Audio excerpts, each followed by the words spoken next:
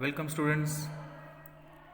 In our last session, we have discussed about the market supply curve. Then the next topic that we have discussed was about the supply slope. Supply का जो curve है वो straight कब रहता है and curved कब रहता है, that we have discussed. Straight कब रहेगा जब change in X and change in Y are in same direction with same proportion, then supply का जो कर्व है वो स्ट्रेट रहता है. एंड जब change in X and change in Y okay वो दोनों सेम डायरेक्शन में होते हैं लेकिन प्रपोर्शन उनका अलग होता है, then in that case the curve is a non linear curve. Okay मतलब स्ट्रेट लाइन नहीं होता है. Then we also discussed about the exceptions to the law of supply. Exception मतलब जहाँ पे लॉ ऑफ सप्लाई काम नहीं करता है. Law of supply means what, जहाँ पे पॉजिटिव रिलेशन है प्राइस एंड क्वांटिटी सप्लाइड के बीच में, other things remain constant. Exception वैसी चीज़ है जहाँ पे लॉ ऑफ सप्लाई है वो काम नहीं करता है. एग्रीकल्चरल प्रोडक्ट्स हमने देखे थे, रेयर गुड्स हमने देखे थे, मतलब यहाँ पे जो है पॉजिटिव रिलेशन देखने को नहीं मिलता है. Now in this session we are going to discuss about the supply function. Individual view point से फैक्टर्स अफेक्टिंग कौन से हैं सप्लाई के. Okay now let's start with the topic. Supply function explains the relation between the supply of a commodity and the factors determining supply. Okay factors affecting supply कौन कौन से हैं वो हम यहाँ पे देखेंगे. और it gives us functional relationship between supply and it's factor. Okay अब यहाँ पे दो कैटेगरीज हैं. ओके इंडिविजुअल व्यू पॉइंट से भी है एंड मार्केट व्यू पॉइंट से भी है. इंडिविजुअल व्यू पॉइंट से अफेक्ट करते हुए फैक्टर्स ये सब हैं, that is Px stands for price of X, technology, Vi price of inputs, P stands for government policy and taxation, subsidy, then PO that is price of other goods. Okay, these are the topics that we are going to discuss in our today's session. And market viewpoint से भी ये सब topics हैं. Okay, लेकिन market viewpoint से एक extra आता है, that is N. N stands for the number of firms. First of all, let us discuss about the factors affecting supply individual viewpoint से. उसमें हम स्टार्ट करते हैं सबसे पहला topic. Okay here is the topic individual supply function और determinants. Determinants मतलब factors भी कह सकते हैं इसको. Factors affecting supply curve. Individual supply function expresses the functional relation between supply and the factors affecting supply of a commodity by individual seller. जब हम individual के व्यू पॉइंट से बात करेंगे तो हम यही फैक्टर्स के बारे में बात करेंगे. Okay quantity supplied depends on all this factors. Price of goods, technology, price of inputs, government policy, price of other goods. इन सब टॉपिक के बारे में अब हम डिटेल में डिस्कस करेंगे. उसमें सबसे पहले है प्राइस. नाउ यहाँ पे एक्सप्लेनेशन जो है वो हम आगे एक टॉपिक देख चुके हैं, law of supply, individual view point से एंड मार्केट व्यू पॉइंट से. वही पूरा एक्सप्लेनेशन आपको यहाँ पे लिखना है. इंडिविजुअल व्यू पॉइंट से एंड मार्केट व्यू पॉइंट से जो टॉपिक था वो पूरा टॉपिक हमें यहाँ पे वहीं लिखना है. अब so first point is already done, ये प्राइस वाला. ओके वो जो मार्केट व्यू पॉइंट से एंड इंडिविजुअल व्यू पॉइंट से है वहीं इसमें लिखना है. Now let's talk about technology. See students, जैसे डिमांड को अफेक्ट करते हुए फैक्टर्स हमने थर्ड चैप्टर में देखे थे, वैसे ही सप्लाई को अफेक्ट करते हुए फैक्टर्स हैं. डिमांड का जो कर्व था वो डाउनवर्ड स्लोपिंग कर्व था. डिमांड का curve it was like this downward sloping, लेकिन सप्लाई का कर्व वो है positive sloping curve. Why demand curve is downward sloping, because उसमें नेगेटिव रिलेशन था, पढ़ रहे थे हम। यहाँ पे ये पॉजिटिव रिलेशन है, इसलिए the curve is upward sloping. Because if price increases the quantity supplied also increases. Okay, अब टेक्नोलॉजी के बारे में पढ़ते हैं। The second factor is technology. Now everyone pay attention. Science and research laboratories around the world as well as the business firm look for the new technology or methods to increase the productivity and to reduce the cost. एक बात याद रखिएगा, हर एक country में, हर एक firm में ऐसी कुछ ना कुछ रिसर्च तो चलती ही रहती है, स्मॉलर या हायर लेवल पे, अपने अपने बिजनेस के हिसाब से रिसर्चेस चलती रहती हैं टेक्नोलॉजी अपग्रेड करने के लिए, कॉस्ट ऑफ प्रोडक्शन कम करने के लिए, प्रोडक्टिविटी बढ़ाने के लिए।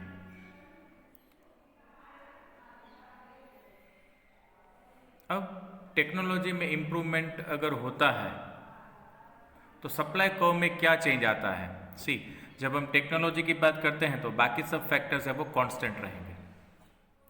Price of other goods, inputs, government policy, ये सब जो फैक्टर्स है वो सब कांस्टेंट रहेंगे। There won't be any change in rest of the factors affecting supply. अब यहाँ पे हम टेक्नोलॉजी की बात कर रहे हैं तो हमने ये देखा कि around the world, in all the countries and in all the businesses, to that extent the research is going on regarding technology में क्या चेंजेस आएंगे, क्या करेंगे सो दैट प्रोडक्शन की कॉस्ट है वो कम हो जाएगी एंड प्रोडक्टिविटी है वो बढ़ जाएगी। अब इसमें improvement and advancement in technology के बारे में बात करते हैं। जब टेक्नोलॉजी एडवांस होती है या टेक्नोलॉजी में इम्प्रूवमेंट आता है तो मार्जिनल कॉस्ट है वो कम हो जाएगा। अब मार्जिनल कॉस्ट मतलब क्या, ये समझिए। एडिशनल प्रोडक्ट जब प्रोड्यूस होता है तो जो एडिशनल कॉस्ट वो प्रोडक्ट प्रोड्यूस करने में होता है उसको मार्जिनल कॉस्ट हम कहते हैं। Okay students, now what is marginal cost? Marginal cost मतलब एक एडिशनल यूनिट जब आप बनाते हो तो टोटल कॉस्ट में जो चेंज आता है उसे हम मार्जिनल कॉस्ट कहते हैं। देखिए, जब टेक्नोलॉजी में एडवांसमेंट आता है तो मार्जिनल कॉस्ट है वो कम हो जाता है। मतलब जैसे जैसे आप आउटपुट बढ़ाते जाते हो वैसे वैसे वो प्रोडक्ट की कॉस्टिंग जो है वो कम होती जाएगी। अब प्रोडक्ट की कॉस्टिंग कम होती जाएगी तो अल्टीमेटली क्या इंक्रीज होगा स्टूडेंट्स? Profit margin. आप जो प्रोडक्ट बनाते हो वो मान लो पहले वो प्रोडक्ट 28 रुपीज़ में कॉस्टिंग आती थी, अब वो प्रोडक्ट की कॉस्टिंग है 26 आ गया है, तो आपका जो प्रॉफिट मार्जिन है वो बढ़ जाएगा, अदर थिंग्स रिमेनिंग कांस्टेंट। इसीलिए एज अ रिजल्ट क्या होगा, आपका अगर प्रॉफिट बढ़ रहा है तो आप इन्वेस्टमेंट इंक्रीज करोगे, प्रोडक्शन इंक्रीज होगा एंड अल्टीमेटली सप्लाई भी इंक्रीज होगा। Okay, your investment increases, the production increases and supply also increases. Okay, अब टेबल एंड कर्व के बारे में देखते हैं। देखिए, प्राइस में कोई चेंज नहीं आता है, price of the product remains same, there is no change in the price. लेकिन क्या होगा, सप्लाई हम बढ़ा देंगे। हम सप्लाई क्यों बढ़ा देंगे? बिकॉज हमें प्रॉफिट मार्जिन ज़्यादा मिल रहा है।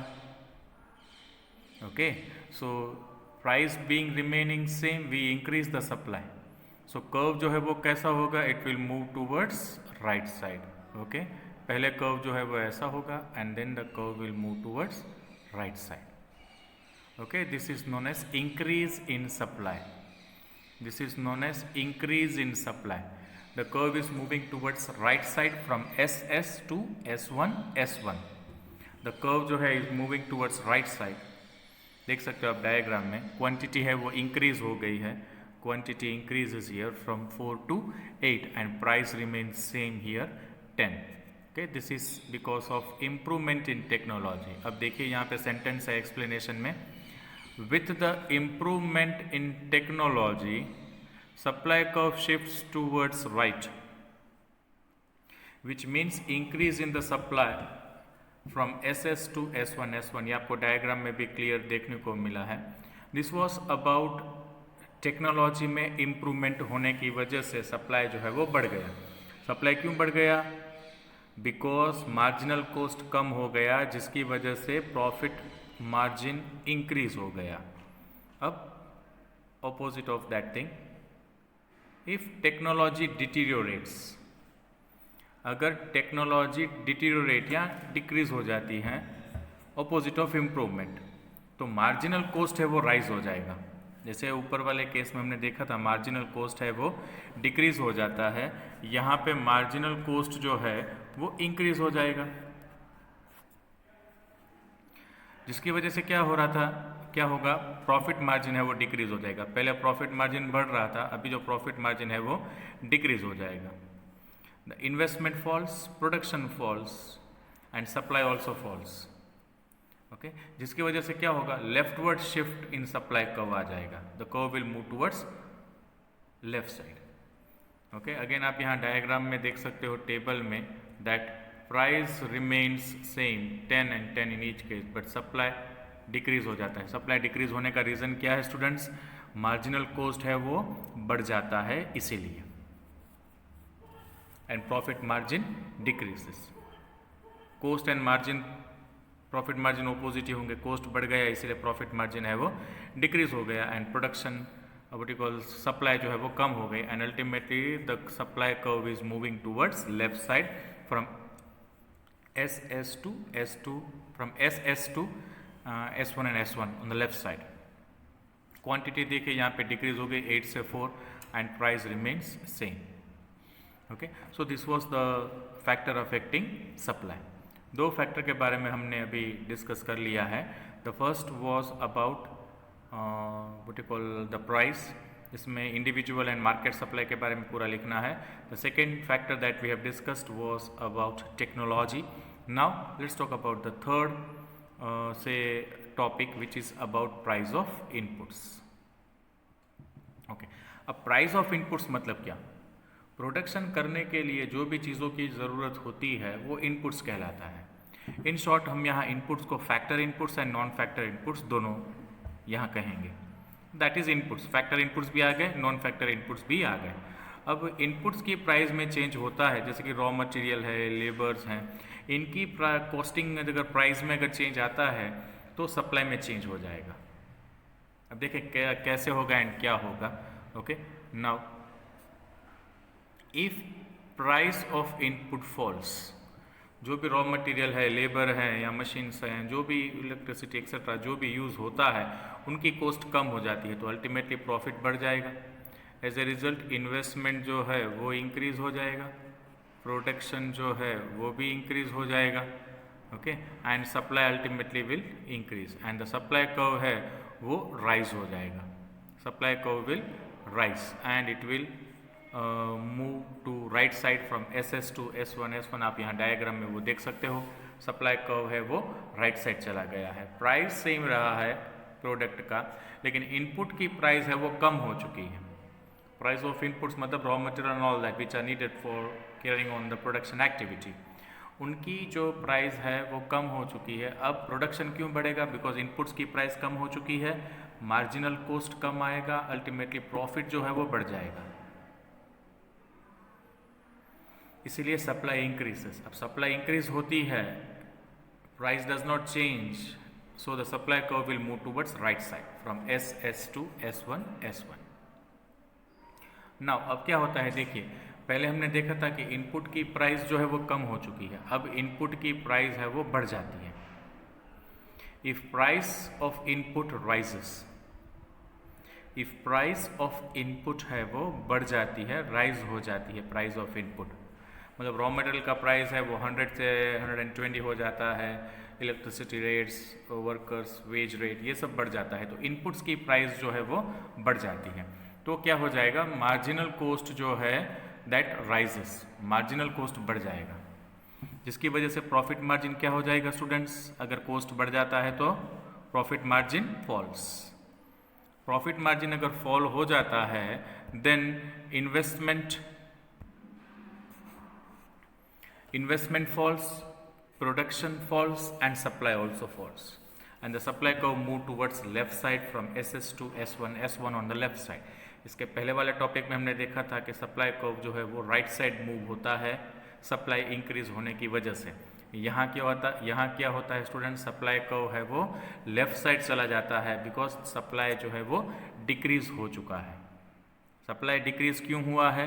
बिकॉज प्राइस ऑफ इनपुट है वो बढ़ गया है, price of input is increase, इसीलिए कॉस्ट है वो बढ़ जाती है एंड प्रॉफिट मार्जिन है वो कम हो जाता है इसलिए।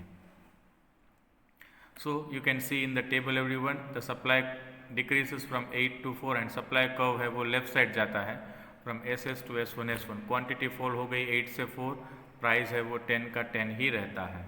ओके, बिकॉज हम एक फैक्टर के बारे में जब पढ़ते हैं तो हम बाकी के फैक्टर्स जो है वो कैसे रखते हैं, कांस्टेंट, तभी you can understand the topic properly. All the factors if together working, you cannot understand that thing with the help of the table and the curve. All the things अगर एक साथ workout करती हैं then the things cannot be 100% clarified. इसीलिए तो हम assume करते हैं कि बाकी जो factors है वो कैसे रहते हैं, constant रहते हैं बाकी जो factors है वो। अब next topic है change in taxation and subsidy policy of the government. In short, government की policy में change होता है तो उसका भी अफेक्ट है वो सप्लाई पे होता है, that also has its effect actually on the supply. Now let's see that thing, government imposes various taxes on production.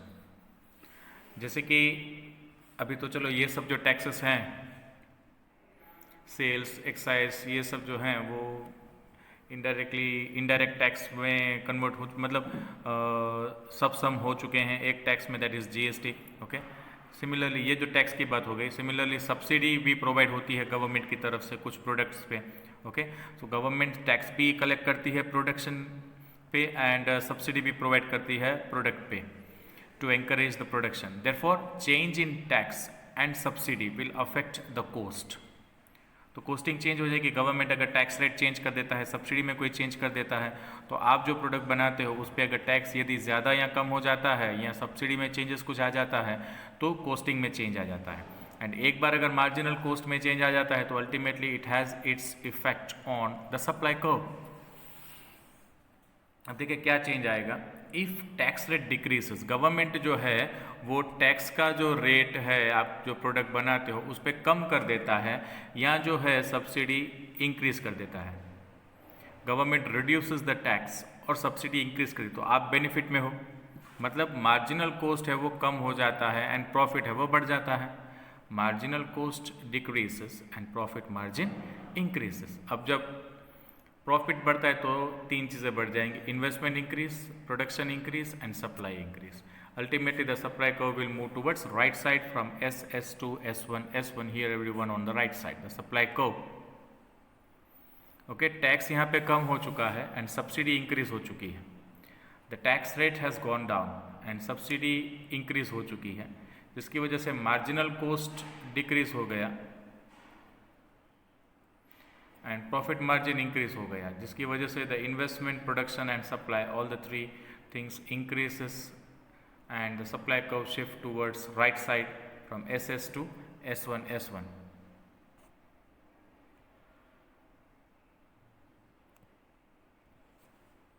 Okay, see the table here, the supply increases and the supply curve is moving towards right side. अब इसका opposite, tax government ने increase कर दिया, subsidy में changes मतलब decrease हो गया, तो आपको जो बेनिफिट पहले मिल रहा था वो अब नहीं मिलेगा।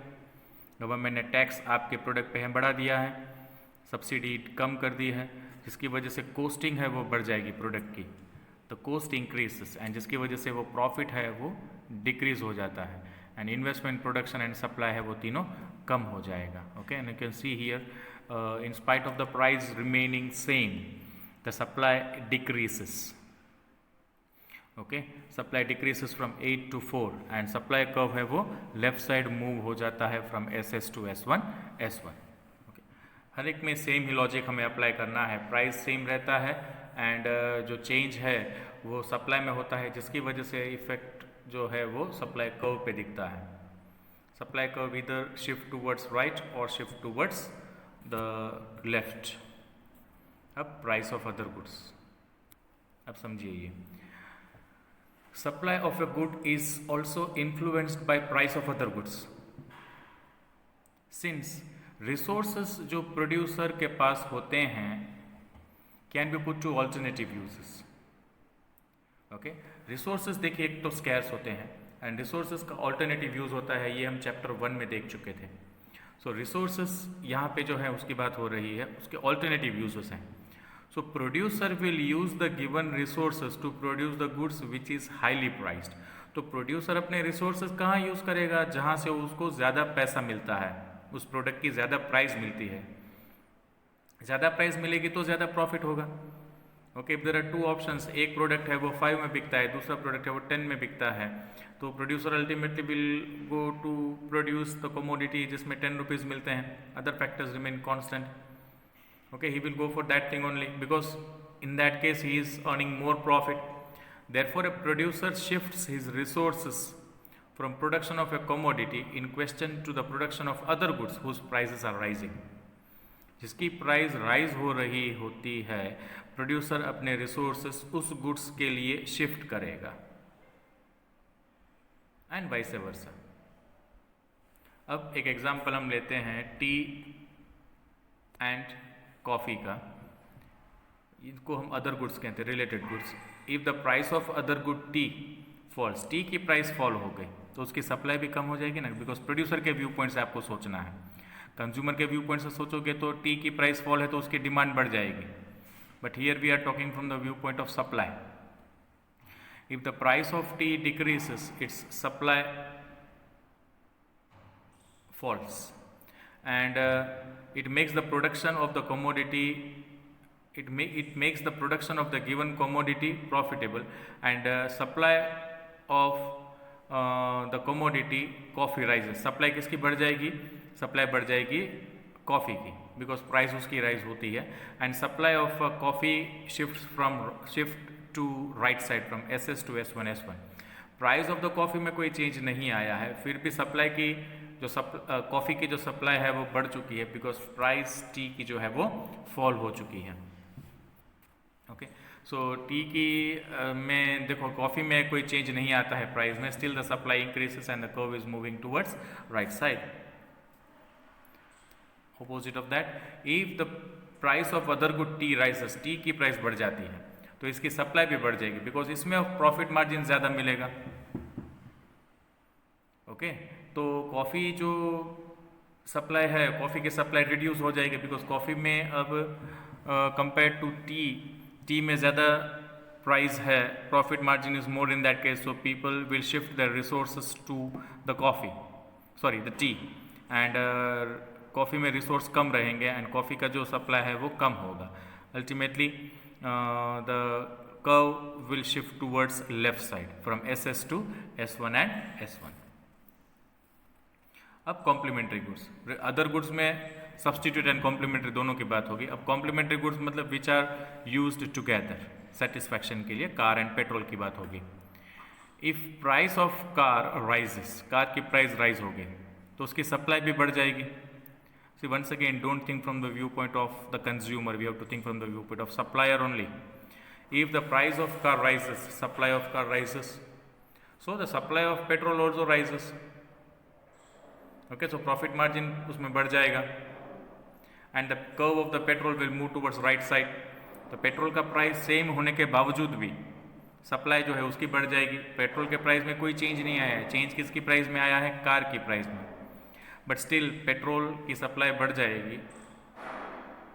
Okay, because car and petrol are complementary goods, both have to be used together. Petrol का जो क्वांटिटी है वो बढ़ जाएगा and the curve will move towards right side. On the other hand, if the price of the car falls, its supply also falls. अब car की supply कम हो जाती है तो सप्लाई पेट्रोल के भी जो है वो कम हो जाती है. Okay, as profit margin falls and supply curve of the petrol will move towards left side from SS to S1 and S1. Okay, so these were the topics that we have discussed in the other goods price factors. other goods में supply का जो factor है other goods, जिसमें substitute and complementary goods के बारे में हमने discuss किया. ये सब जो अभी हमने टॉपिक डिस्कस किए ना वो इंडिविजुअल व्यू पॉइंट से थे. अब मार्केट व्यू पॉइंट से कौन से टॉपिक हैं, let us discuss that. The market supply function और द डिटर्मिनेंट्स और factors affecting supply. Market supply function expresses functional relation between market supply and the factors. Okay अब देखिए मार्केट, ये note भी लिखा हुआ है, एक्सप्लेनेशन जो आगे हमने टॉपिक में देखे थे, price, technology, inputs, government policy, ये सब सेम रहेंगे मार्केट के व्यू पॉइंट से अगर आते हैं तो। Remember, effect of price is same as the law of supply. Okay, जो डिस्कस हमने आगे किया था। अब हमें टॉपिक एक ही डिस्कस करना है, that is N. N stands for the number of firms. Okay, उसकी बात करते हैं। देखिए, increase in the number of firm and decrease in the number of firm क्या होगा अगर नंबर इंक्रीज हो जाता है फर्म का, ओके, तो कंपटीशन ज्यादा होगी, मार्केट में सप्लाई ज्यादा हो जाएगी and the curve is moving towards right side. That's it, you have to write. If the supply of what you call the number of firms actually increases, the supply of a particular product increases and the supply curve move towards right side, that is increase in the supply। याद रखिएगा, इसमें जो supply की line है वो straight नहीं रहेगी, it is a curved line, because market के व्यू पॉइंट से है। And on the other hand यहाँ पे अगर मानो कि डिक्रीज हो जाती है नंबर ऑफ फर्म्स मार्केट में, तो सप्लाई का जो कर्व है वो शिफ्ट हो जाएगा left side from SS to S1 and again the curve is not a straight line, it is the curved line. Okay, so this was the topic we discussed in our today's session everyone. The topic that we discussed was very important. The topic is actually factors affecting supply. Individual view point से कौन से factors हैं वो हमने discuss किया detail में, and market view point से हमने फैक्टर जो है वो भी डिस्कस किया है। Okay, that's it for today in this lecture. Still if there is any doubt, we will discuss that topic in our live session. Okay, till then, thank you and have a nice day.